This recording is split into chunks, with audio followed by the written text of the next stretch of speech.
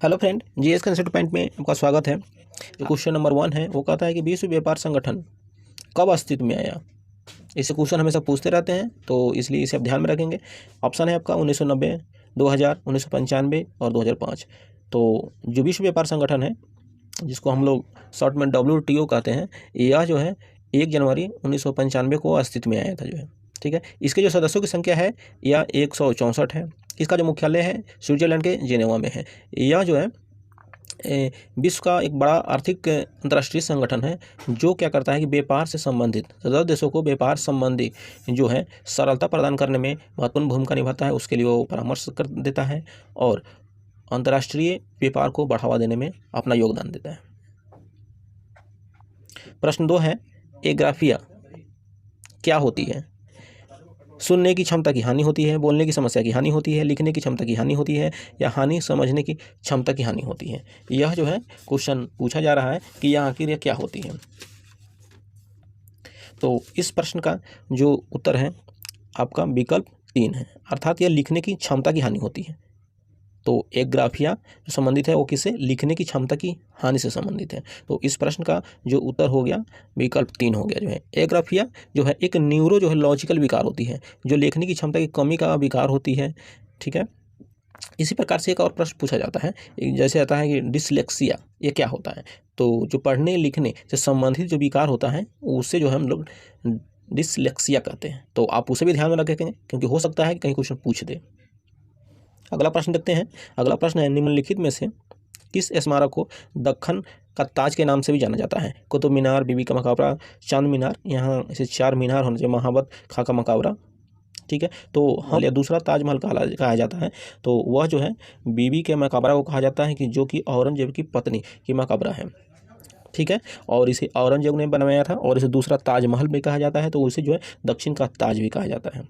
तो इस प्रश्न का जो उत्तर हो गया विकल्प 2 हो गया। और यह जो मकबरा है यह महाराष्ट्र के औरंगाबाद में स्थित है। जो है यह औरंगजेब की पत्नी राजिया उद दुरानी की कब्रगाह है। ठीक है, फिर अब देखते हैं ये कुतुब मीनार। तो कुतुब मीनार दिल्ली में अवस्थित है।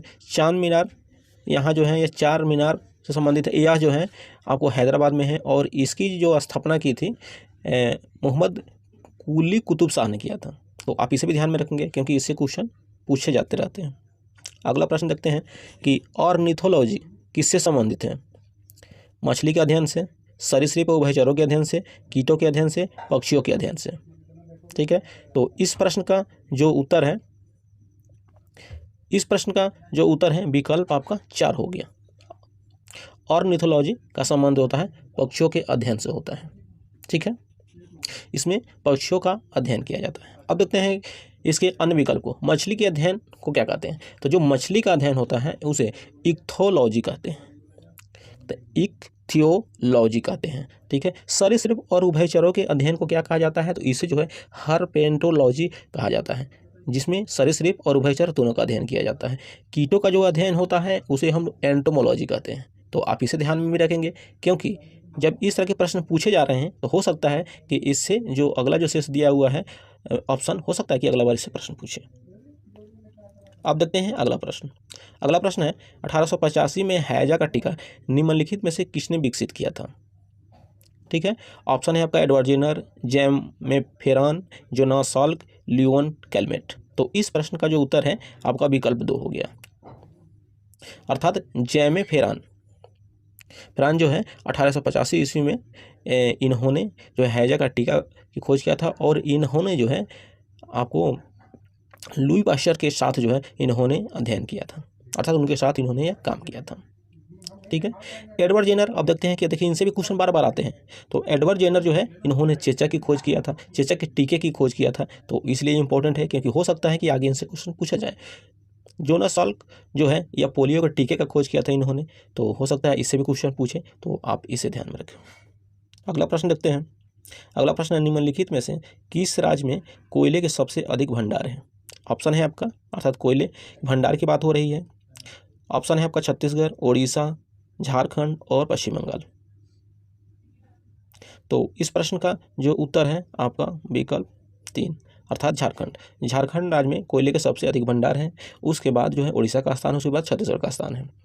अगर हम इसके उत्पादन की दृष्टि से देखें कि सर्वाधिक उत्पादन अभी कौन कर रहे हैं, तो इसमें भी आप झारखंड, उड़ीसा और छत्तीसगढ़ का स्थान है, अर्थात शीर्ष पर झारखंड है।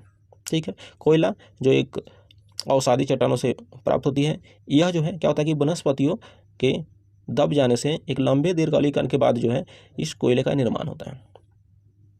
ठीक है। और तो यहाँ जो प्रश्न पूछा जा रहा है कि ये भंडार के उत्पादन से संबंधित प्रश्न पूछे जा रहे हैं, हो सकता है कि इसमें प्रकार से क्वेश्चन पूछा जाए, तो इसे आप ध्यान में रखेंगे। जैसे एंथ्रासाइट, बिटुमिनस, रिटुमिनस पीट, कोयला, ये सब होते हैं, तो आप उन्हें भी ध्यान में रखें, क्योंकि हो सकता है अगला बार इसे क्वेश्चन पूछे जाए। ठीक है। अब जो झारखंड में है जो सर्वाधिक उत्पादन करता है, तो वहाँ जो है अगर देखें तो जो झारखंड होता है वो उसके अंदर जो है बोकारो है, औरंगा, गिरिडीह है, धनबाद है, रामगढ़ है, करणपुर है, उत्तर है, ये सब जो क्षेत्र है झारखंड के, वहाँ पर कोयले के पर्याप्त भंडार पाए जाते हैं और वहाँ उनका उत्पादन भी किया जाता है। अगला प्रश्न देखते हैं, यूरोपीय चैंपियंस कप या होकेन कप किस खेल से संबंधित है? रग्बी, क्रिकेट, फुटबॉल और हॉकी। तो यह जो संबंधित है यूरोपीय चैंपियंस कप या हेरकन कप किस खेल से संबंधित है? तो यह है रग्बी खेल से है, रग्बी खेल से संबंधित है। यह जो है यह उन क्लबों या शीर्ष स्तरीय प्रतियोगिताओं को जिनके देश में राष्ट्रीय टीमों और राष्ट्रीय चैंपियन प्रतिस्पर्धा करती हैं। ये जो यूरोपीय चैंपियन कप होता है, इसमें जो है शीर्ष स्तरीय प्रतियोगिता होती है और इसमें जो है देश के राष्ट्रीय टीमें जो है भाग लेती है। लेकिन यहाँ मेन पूछा जा रहा है किस खेल से संबंधित है, तो वो है आपका जो है रग्बी। ठीक है। यह जो है यूरोपीय पेशेवर क्लब रग्बी द्वारा आयोजित एक वार्षिक रग्बी यूनियन टूर्नामेंट है। ये जो यूरोपियन जो चैंपियंस रग्बी है, यह जो है यूरोपीय पेशेवर क्लब रग्बी द्वारा आयोजित जो है एक वार्षिक रग्बी यूनियन टूर्नामेंट होता है इसको।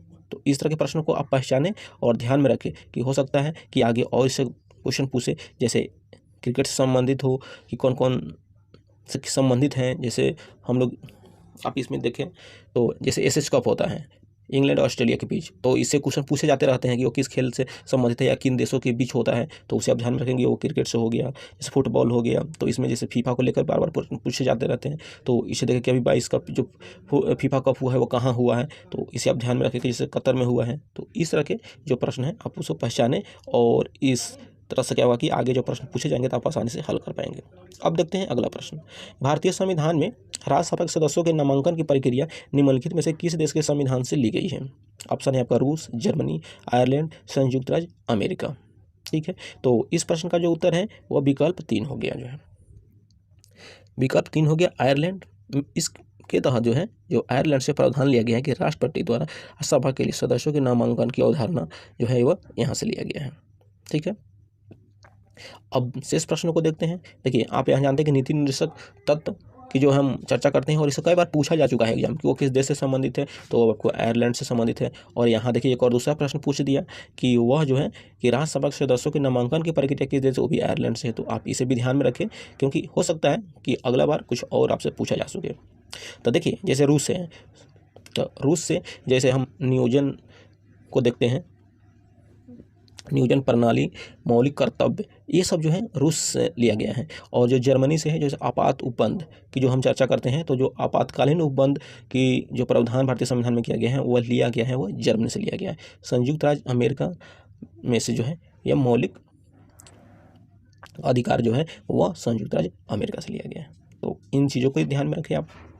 अगला प्रश्न देखते हैं कि अंडमान और निकोबार द्वीप समूह को अलग करने वाले जलमार्ग की पहचान करें। या क्वेश्चन ऐसे पूछा जा सकता है कि अंडमान और निकोबार कौन से चैनल जो है उसे विभाजित करते हैं या उसे 2 भागों में बांटते हैं। इसी प्रश्न को कई तरह से पूछा जा सकता है और जो कि पूछा भी जाता है, तो इसे आप ध्यान में रखें। ऑप्शन है आपका पाक जलौघ, मलकी कुंड, दक्कन मार्ग, 10 डिग्री चैनल।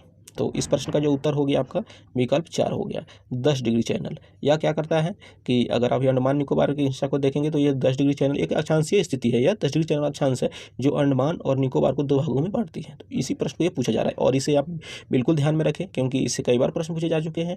बस देखिए इस बार भी पूछा गया है लेकिन थोड़ा सा चेंज करके पूछा गया है। तो इस तरह के शब्दों को भी आप ध्यान में रखेंगे। अंडमान निकोबार द्वीप समूह अलग करने वाले जलमार्ग की पहचान कीजिए, तो वह है 10 डिग्री ये चैनल जो है। पाक जलौघ जो है भारत और श्रीलंका के बीच जो है अवस्थित है।